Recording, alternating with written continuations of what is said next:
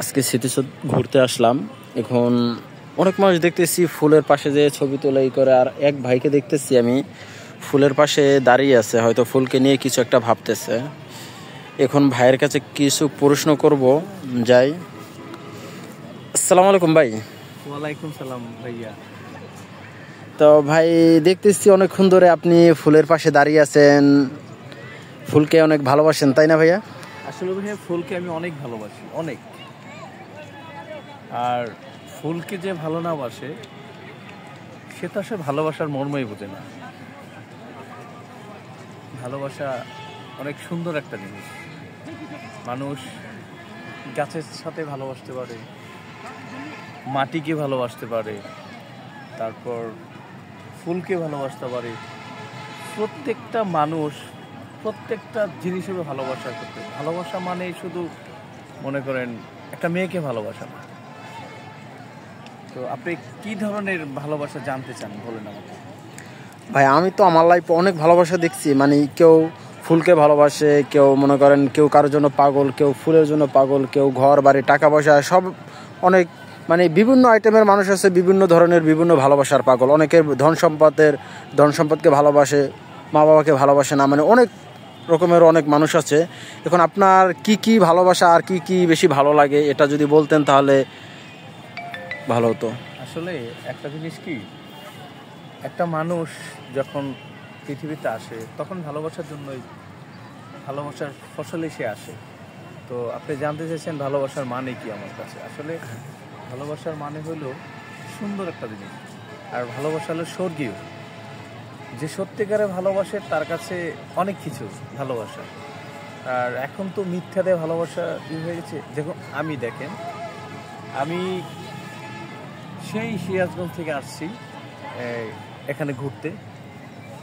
তো ভালোবাসা মানে অনেক সুন্দর, আর এই ভালোবাসার জন্য আমি আসছি এখানে। কার কাছে কি আমি জানি না, তবে আমার কাছে ভালোবাসাটা অনেক সুন্দর একটা জিনিস। কারণ যে সত্যি শুদ্ধ ভালোবাসতে জানে তার কাছে অনেক সুন্দর একটা সময়।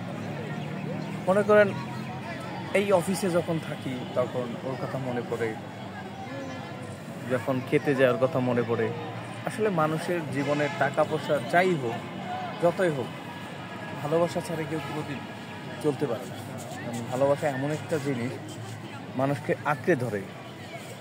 আর এই ভালোবাসার জন্যই জগৎটা সৃষ্টি করা হয়েছে। ভালো আমি আল্লাহকেও বাসি, তো সবাইকেই বাসা যায়। সবচেয়ে বড় কথা মন লাগে।